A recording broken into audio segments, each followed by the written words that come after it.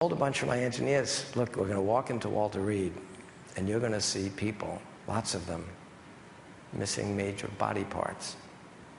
They're probably going to be angry, depressed, frustrated. We're probably going to have to give them support, encouragement, but we got to extract from them enough information to make sure we're doing the right thing. We walked into Walter Reed, and I could not have been more wrong. We did see a bunch of people, a lot of them, missing a lot of body parts. And parts they had left were burned. Half a face gone, an ear burned off. They were sitting at a table, they were brought together for us, and we started asking them all questions. Look, I'd say to them, we're not quite as good as nature yet. I could give you fine motor control, or I could let you curl 40 pounds. I probably can't do both. I can give you fast control with low reduction ratios in these gears, or I can give you power. I can't give you both. And we were trying to get them to all help us know what to give them. Not only were they enthusiastic, they kept thinking they're there to help us. Well, would it help if guys and woman, you don't have, you've given enough. We're here to help you. We need data. We need to know what you need. After half an hour, maybe, there was one guy at the far end of the table who wasn't saying much. You could see he was missing an arm. He was leaning on his other arm. I called down to the end, hey, you haven't said much. If we needed this or this, what would you want? And he said, you know, I'm the lucky guy at this table. I lost my right arm, but I'm a lefty. So he wouldn't say much. He had a great spirit, like all the rest of them had great spirit. And he made a few comments. And then the meeting ended. We said goodbye to all these guys.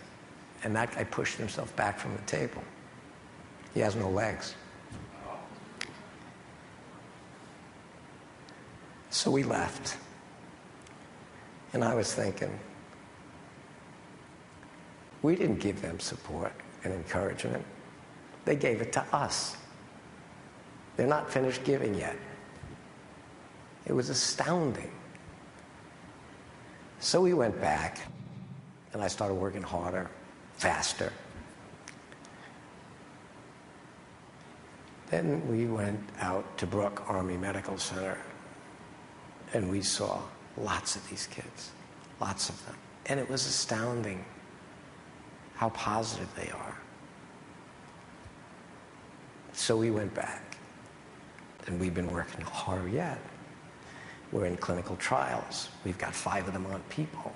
We're screaming along. And I get a call, and we go back to Washington. We go back to Walter Reed, and a kid literally 20-some-odd days before that was blown up. And they shipped him to Germany. And 24 hours later, they shipped him from Germany to Walter Reed. And he was there. And they said we needed to come. And I went down, and they rolled him into a room. He's got no legs. He's got no arms. He's got a small residual limb on one side. Half of his face is gone. But they said his vision's coming back. He had one good eye. His name is Brandon Morocco. And he said, I need your arms, but I need 2 of them. You'll get them. This kid was from Staten Island. And he said, I had a truck before I went over there, and it had a stick. You think I'll be able to drive it? Sure. And I turned around and went, how are we going to do this? Anyway, he was just like all the rest of them. He doesn't really want a lot, wants to help. He told me that he wanted to go back to help his buddies. So I was on my way out here. I was asked to stop at Texas. There were 3,500 people. The Veterans Administration, U.S., just 3,500 at this huge event to help the families of all the kids, some that have died, some that have, like Brandon, and they wanted me to speak. I said, what am I going to say? This is not a happy thing. Look, if this happens to you, I can give you, this stuff is still not as good as the original equipment. You know, you need to come.